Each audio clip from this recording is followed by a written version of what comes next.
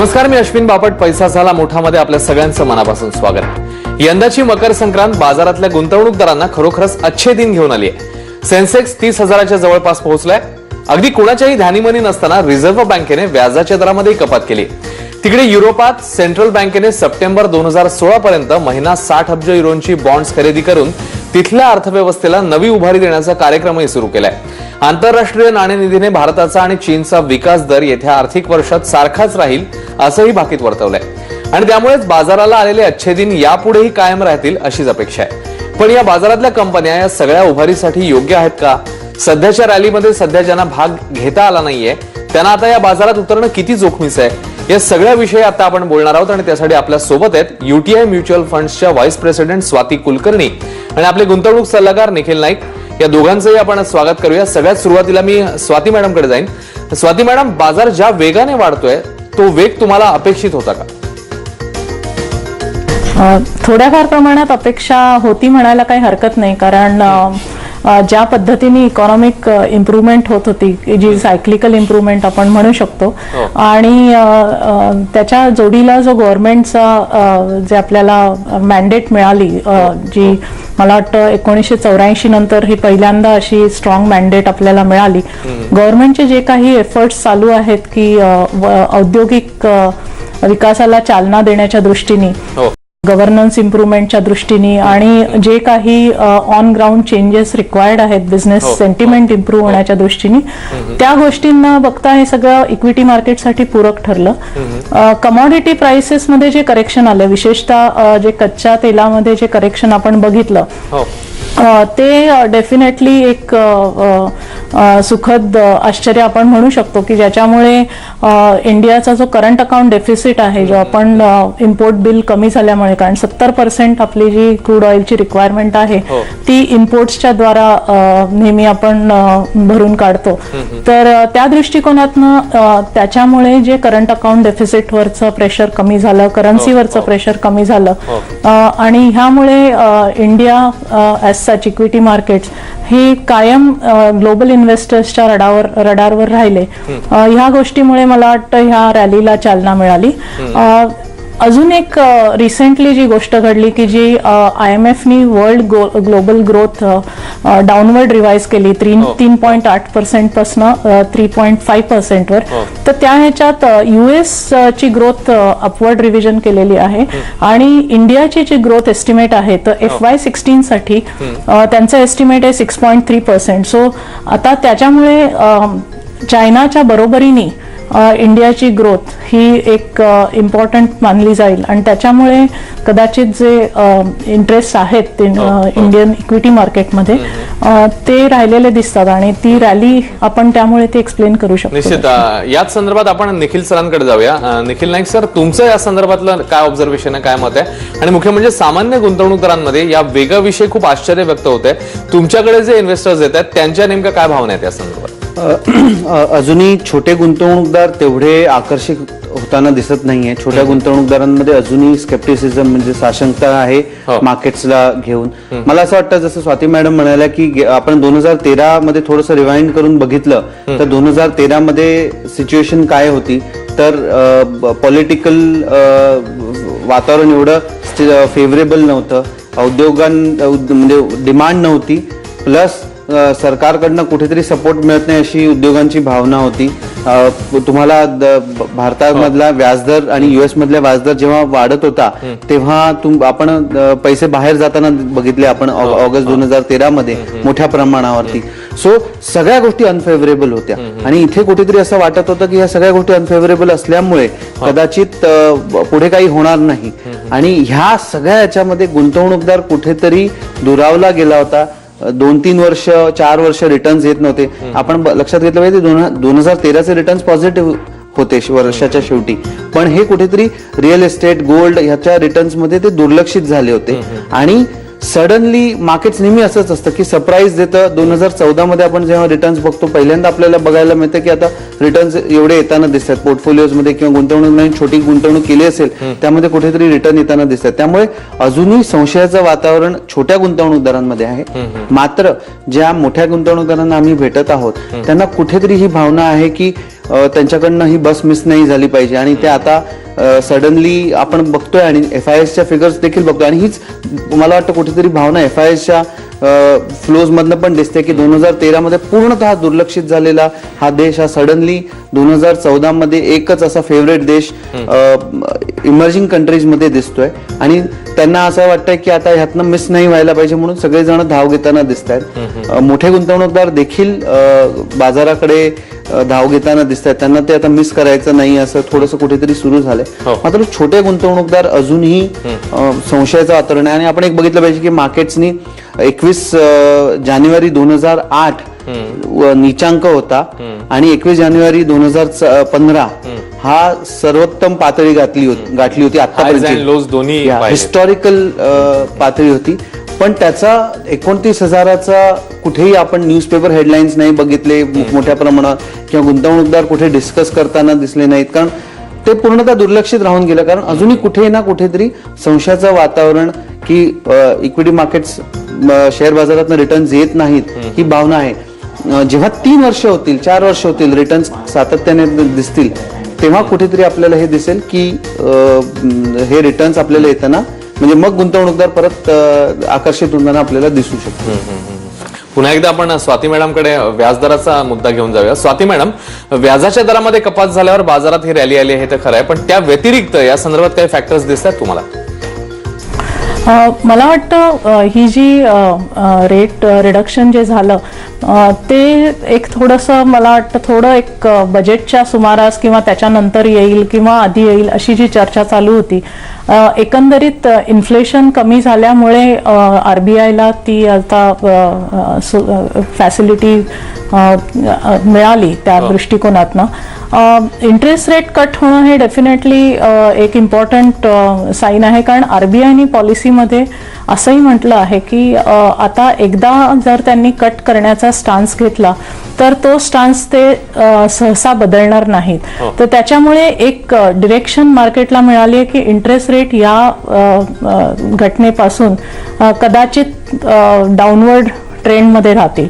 तर त्यामुळे एक ॲडव्हान्टेज इक्विटी मार्केटला डेफिनेटली बेनिफिट होतो कारण कंपन्यांमध्ये जे आज आपण लिव्हरेज म्हणतो debt to equity ratio high आहे आज. तर तो debt to equity ratio interest rate कमी झाल्यावर डेटचं जे बर्डन असतं इंटरेस्ट बर्डन ते ऑटोमॅटिकली कमी होतं आणि directly it reflects in to growing profits आणि त्यामुळे इक्विटी मार्केट्स ला हे एक पूरक आहे.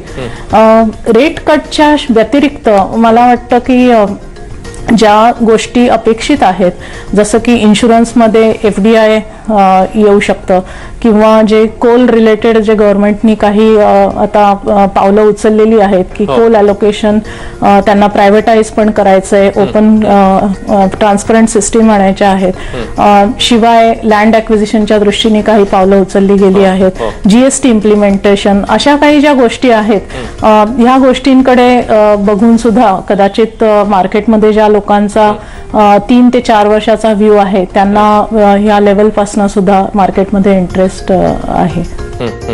आणखी एक प्रश्न स्वाती मॅडम तुमच्यासाठीच आहे. सध्या बाजारामध्ये कंपन्यांचे तिमाही निकाल देखील जाहीर होताना आपल्याला पाहायला मिळतात. त्यांच्याकडे लक्ष दिलं तर बाजाराचं पुढच्या म्हणजे 2016च्या आर्थिक वर्षाच्या दृष्टीने अजूनही स्वस्त आहे असं वाटतं तुम्हाला? FY16च्या दृष्टीने आता मार्केट सहसा 16 टाइम्स आपण म्हणू. कसं आहे की जर तुमच्या इकॉनॉमीमध्ये सुधारणा होत असतील तर त्याचं रिफ्लेक्शन हे कंपन्यांच्या प्रॉफिट्स ग्रोथमध्ये होतं. ह्या क्वार्टरमध्ये जी अपेक्षित ग्रोथ होती त्याच्यापेक्षा थोडी ग्रोथ कमी येणार आहे कारण जो क्रूड रिलेटेड जे रॉ मटेरियल्स असतात कंपन्यांमध्ये त्या क्रूड प्राइसेस कमी आल्यामुळे त्या रॉ मटेरियल्सचं व्हॅल्युएशन हे कमी लेवलच्या प्राइसवर होतं आणि त्याच्यामुळे जो इन्व्हेंटरी लॉस आपण म्हणतो त्यामुळे थोडंफार अर्निंग्स ग्रोथ ही कमी दिसण्याची संभावना आहे. पण जर आपण FY17 किंवा त्याच्या पलीकडे जाऊन जर विचार केला तर डेफिनेटली जी प्रॉफिट ग्रोथ आहे ती चांगली असणार आहे अशी अपेक्षा आहे. आणि त्यामुळे इक्विटी मार्केट कधी मी म्हणेन की लोकांनी असं 6 महिने किंवा 1 वर्षाच्या दृष्टिकोनातनं बघू नये. त्यांनी कमीत कमी 3 ते 5 वर्षाचा कालावधी हा निवडावा आणि ह्या लेवलला पण जसं मी म्हटलं 16 टाइम्स जरी असलं तरी गेल्या बुल मार्केट रॅलीमध्ये आपण बघितलंय की इंडेक्स हा 13 ते 19 या रेंजमध्ये पीई मल्टिपलच्या राहिलेला आहे. त्यामुळे जर इक्विटी मार्केट्समध्ये जर तुम्हाला प्रॉफिट ग्रोथ दिसायला लागली तर definitely we can expect for better earnings even if जर प्राइस अर्निंग मल्टिपल जरी हे राहिलं तरी जसा काळ पास होईल तसंच प्रॉफिट ग्रोथ जेवढी असेल तेवढे तुम्हाला रिटर्न्सची अपेक्षा ठेवायला काही हरकत नाही. एक प्रश्न आता नाईक सरांना याच उद्देशून आहे की नाईक सर, या बाजाराच्या सिच्युएशन मध्ये गुंतवणूक करायची असेल तर मग व्हॅल्युएशन हा निकष मानायचा की बाजारात येणाऱ्या गुंतवणुकीचा जो ओघ आहे तर तो आपण क्रायटेरिया नेमका कुठला ठेवायचा क्रायटेरिया? नाही, नक्कीच व्हॅल्युएशन हा धरला पाहिजे. जे गुंतवणुकीचा ओघ असतो हा नेहमी शॉर्ट टर्म साठी तुम्हाला नक्की ठरू शकतो, फायदेशीर ठरू शकतो आणि त्याच्याकडे लक्ष देणं आवश्यक आहे की बाकी गुंतवणूकदार काय करतायत आणि ओव्हरऑल मार्केटचं सेंटिमेंट काय आहे हे तुम्हाला जर बघायचं असेल तर त्यासाठी इन्फ्लोज बघणं आवश्यक आहे. मी असं म्हणेन की जेव्हा जर तुम्हाला इन्फ्लोचाच विचार करायचा असेल तर 2-3 गोष्टी बघितल्या पाहिजेत की जेव्हा आपण बघतो आहोत की गेल्या काही वर्षामध्ये आयपीओचा जो सप्लाय आहे तो देखील अजून आलेला नाहीये. त्या म्हणजे इन्फ्लोज अजूनही रेकॉर्ड हाय असले जरी तरी ते जे नेक्स्ट रॅलीसाठी जे पूरक असतात तसे होताना दिसत नाहीये.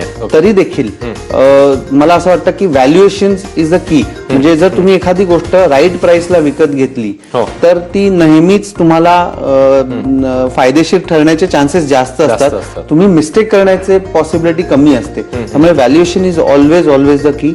इन्फ्लोज बघून मी असं म्हणेन की उलट जेव्हा इन्फ्लोज खूप कमी असतील तेव्हा गुंतवणूक करणं नेहमी फायदेशीर ठरू शकतं. इन्फ्लोज जेव्हा ऑल टाइम हाय होतात तेव्हा कदाचित तुमची बाहेर निघण्याची वेळ देखील ठरू शकते ती.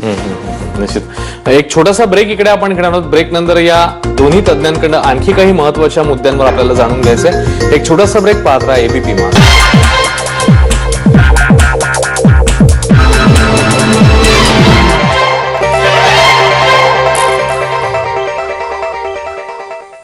ब्रेक नंतर तुमचं पुन्हा एकदा स्वागत. आपल्या सोबत आहेत युटीआय म्युच्युअल फंडच्या व्हाईस प्रेसिडेंट स्वाती कुलकर्णी आणि गुंतवणूक सल्लागार निखिल नाईक. या दोघांचे आपण पुन्हा एकदा स्वागत करूया. पुन्हा एकदा जाऊया निखिल सरांकडे. येत्या काळामध्ये गुंतवणुकीचं सूत्र ठरवताना विशेषतः अर्थसंकल्प आधीची सध्याची रॅली आणि पुढच्या काही अपेक्षित घोषणा हे सगळं जर आपण काउंट केलं तर तुम्हाला काय वाटतं कुठे गुंतवणूक करायला पाहिजे आणि ती फायदेशीर ठरेल?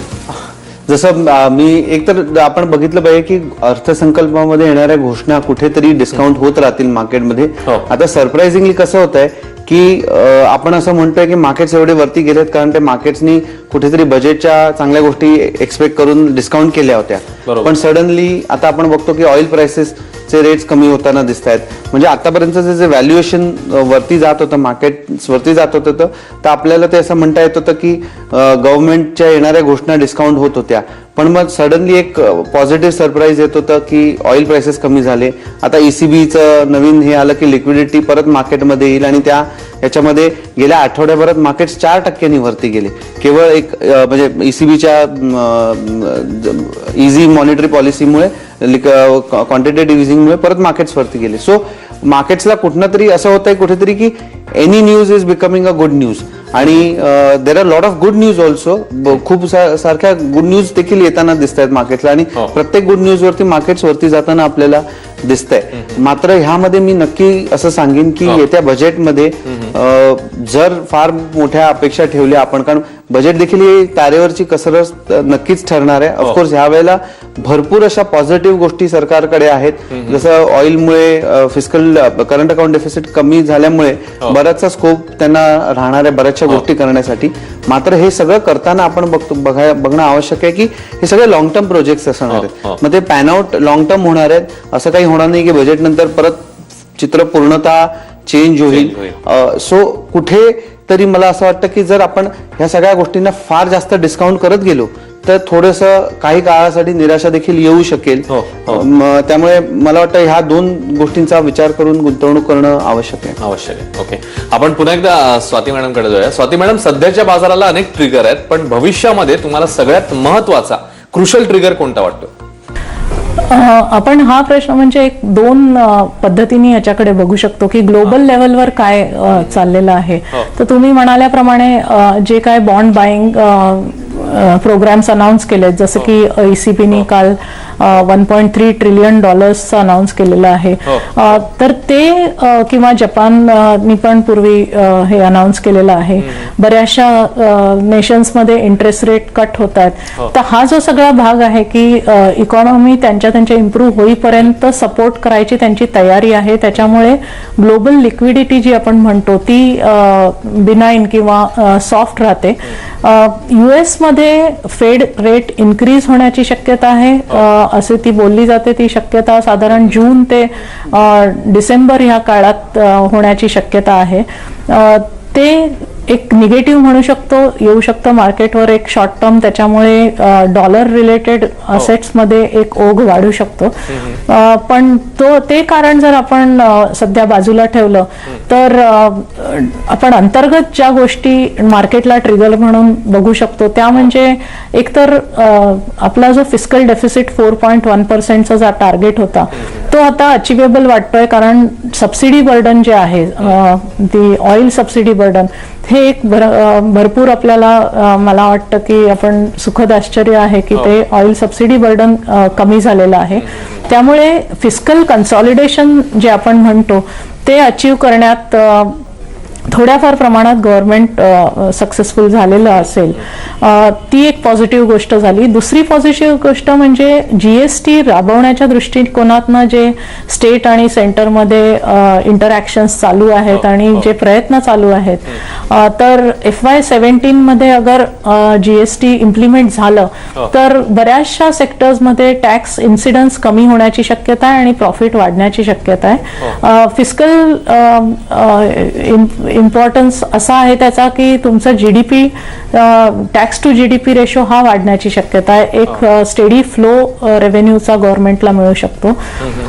याच्याही व्यतिरिक्त मला वाटतं जे थोडंसं 2-3 वर्षाच्या दृष्टिकोनातनं बघायला याच्यात काही हरकत नाही की जो इन्व्हेस्टमेंट रिलेटेड बूस्ट गव्हर्नमेंटकडनं मिळतोय की मॅन्युफॅक्चरिंग इंडियामध्ये आज फारच खालच्या लेवलला गेलेलं आहे. म्हणजे मॅन्युफॅक्चरिंग कॉन्ट्रीब्युशन टू GDP हे खूप कमी लेवलला गेलंय आणि गव्हर्नमेंटला ते सतत प्रयत्न करून जवळजवळ त्याच्यात एक 10% तरी वाढ करण्याची इच्छा आहे. आणि त्याच्यामुळे जो make in India and sell anywhere जे आपण प्रकल्प किंवा जे मानस आपण आपल्या प्राईम मिनिस्टरकडनं आणि त्या दृष्टिकोनातनं पावलं उचललेली बघतो, तर तो एक मोठा ट्रिगर राहील मला वाटतं इंडिया इक्विटी स्टोरीजसाठी ॲज सच. तर असे बरेच ट्रिगर्स आहेत. पण असंही नाही म्हणतायत की सगळं एखाद्या स्मूथ स्ट्रेट लाईनवर पॉझिटिव्ह होत राहील. There will be always some road blocks. आणि त्याच्यामुळे इक्विटी मार्केटकडे जेव्हा तुम्ही बघता तेव्हा ते मार्केट वर खाली हे होणारच. आणि लॉंग टर्म व्ह्यू ठेवला तर आपल्याला कॅपिटल अप्रिसिएशन होण्याची ही बेस्ट एक असेट क्लास आहे. आणि ते आपण पास्ट रिटर्न मधून बघू शकतो की गेले 10 वर्ष 15 वर्ष तुमचा हॉरायझन राहिला असेल तर डिस्पाईट काय जे क्रायसिस आले त्याच्याशिवाय सुद्धा तुम्हाला चांगलं कॅपिटल अप्रिसिएशन मिळालेलं असेल. अनेक महत्वाच्या मुद्द्यांवर खरं तर आपण या दोन्ही मान्यवरांनी प्रकाश टाकलेला आहे. पण एक शेवटी जाता जाता वाइंडअप मी स्वाती मॅडम कडे जाऊन करीन. बाजारातली रिस्क ही आपण स्वाती मॅडम पाहतोय दिवसेंदिवस वाढते, पण हे सगळ्यांनाच माहिती आहे. पण या जोखमीत या रिस्क मधून वाचण्याचा भरपूर परतावाही जर मिळवायचा असेल तर मग त्याच्यामध्ये काही ऑप्शन आहेत, काही मार्ग आहेत आपल्याकडे? म्युच्युअल फंडमध्ये अगदी कमीत कमी जोखीम पासनं तुम्ही जर इक्विटी फंड्स मध्ये गेलात तर ते जास्त जोखीमचे फंड्स म्हणू शकता. जशी जोखीम घ्याल तशी रिटर्नची अपेक्षा पण ठेवू शकता. जसं की लिक्विड फंड्स मध्ये अगदी कमी जोखीम आहे, कॅपिटल प्रोटेक्शन आहे, पण तिथे तुम्हाला कॅपिटल अप्रिसिएशनचे चान्सेस फार कमी आहेत. तुम्हाला एक रेग्युलर इंटरेस्ट त्याच्यावर मिळत राहतो. जर इक्विटी ओरिएंटेड म्युच्युअल फंड मध्ये गेलात तर तिथे शॉर्ट टर्म मध्ये तुमचं कॅपिटल वर खाली होत राहील, बरोबर. पण लॉंग टर्म मध्ये इक्विटी तुमचं इक्विटी कॅपिटल अप्रिसिएशन देण्याची क्षमता जास्त असते. दुसरा ऍडव्हान्टेज म्युच्युअल फंड मध्ये हा फार आता मला वाटतं बऱ्याच लोकांना तो माहिती झालाय की म्युच्युअल फंड्स ह्या स्वतःच्या रिसर्च टीम्स द्वारा एक कंटिन्युअस रिव्ह्यू ठेवतात की आपल्या इन्व्हेस्टमेंट्स कुठल्या क्षेत्रात असायला पाहिजेत, कुठल्या कंपन्यांमध्ये, आणि काय त्याच्यावर रेग्युलेशन्स आहेत किंवा काही ज्या घटना घडत असतात बाहेरच्या जगात किंवा इंटरनल इंडियामध्ये, तर त्याचा काय परिणाम होतो आणि त्याप्रमाणे ते त्या आपल्या इन्व्हेस्टमेंट्सवर ऍक्शन घेत असतात. तर हा जो एक ऍडव्हान्टेज आहे की जो इन्व्हेस्टर्स आपले काही जे आहेत की डायरेक्ट इक्विटी मार्केटमध्ये इन्व्हेस्ट करतात, त्यांनी मला वाटतं जरूर करावा इन्व्हेस्ट, पण ते 5 ते 10% वर करू नये आपल्या इन्व्हेस्टमेंट्सच्या, कारण तुम्ही एक ती खूप मोठी जोखीम घेता. तुमच्या रोजच्या रेग्युलर वर्क लोडमध्ये तुम्हाला तेवढा अनालिसिस करणं शक्य नाही. तर जे काय तुमचे सेव्हिंग्स आहेत ते जास्त करून तुम्ही एक म्युच्युअल फंड मध्ये किंवा वेगवेगळ्या स्कीम्स मध्ये जसं की असेट अलोकेशनचा तुम्ही फायदा करून घेऊ शकता की आता इंटरेस्ट रेट जेव्हा खाली येतात तेव्हा इव्हन बॉन्ड रिलेटेड किंवा डेट रिलेटेड जे म्युच्युअल फंड्स आहेत त्यांना त्यांचा बेनिफिट होतो. जर काही इन्व्हेस्टर्सची जोखीम घ्यायची जास्त इच्छा असेल तर त्यांनी बॅलन्स फंड्सचा पर्याय निवडावा की जिथे डेटची इन्व्हेस्टमेंट पण असते आणि इक्विटी इन्व्हेस्टमेंट पण असते, आणि ह्याही पेक्षा जास्त जोखीम घेण्याचा तुमचा जो काही इन्व्हेस्टमेंटचा पोर्शन असेल किंवा तर तो जरूर इक्विटी ओरिएंटेड म्युच्युअल फंड मध्ये लावावा.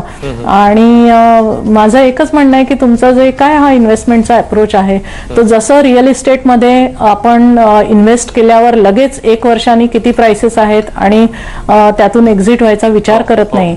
5 ते 10 वर्ष मिनिमम लोक रिअल इस्टेटमध्ये जसं थांबतात, किंवा गोल्ड हे पिढ्यानपिढ्या एका जनरेशन मधनं दुसऱ्या जनरेशन मध्ये बहुतेक ट्रान्सफर होत राहतं.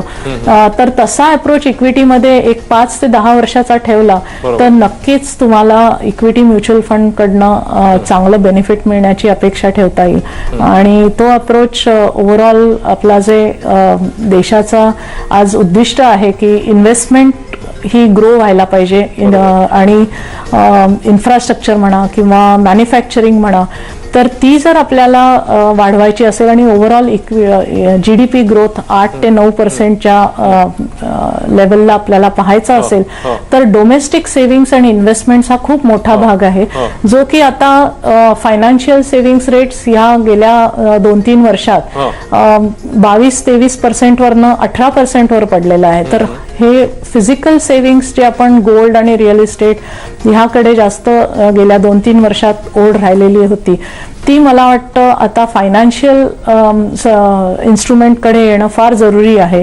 आणि दॅट विल अगेन इट्स म्हणजे सेल्फ सफिशियंट जे म्हणतो आपण, सेल्फ फुलफिलिंग असं ते होऊ शकतं की ज्याच्यामुळे इन्व्हेस्टमेंट्स वाढल्या की आपल्या देशातल्या ज्या इन्व्हेस्टमेंटसाठी लागणारा जो पैसा आहे तो उभा राहील, त्याच्यामुळे देश अजून प्रगती करत राहील आणि त्याचा फायदा अल्टिमेटली कंपन्यांच्या प्रॉफिट्स वाढून आपल्या इक्विटी इन्व्हेस्टमेंटचं व्हॅल्युएशन वाढण्यात होईल.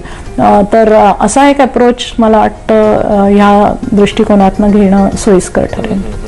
निश्चित. तेव्हा नव्या शिखरावर जेव्हा बाजार आहे तेव्हा नेमकी काय काळजी घेतली पाहिजे, काय काय ऑप्शन्स अवेलेबल आहेत, या संदर्भात या दोघांनीही या मुद्द्यावर सविस्तरपणे प्रकाश टाकलेला आहे. दोघांचेही खूप खूप आभार. आणि पैसा झाला मोठामध्ये आता आपण इकडेच थांबतोय.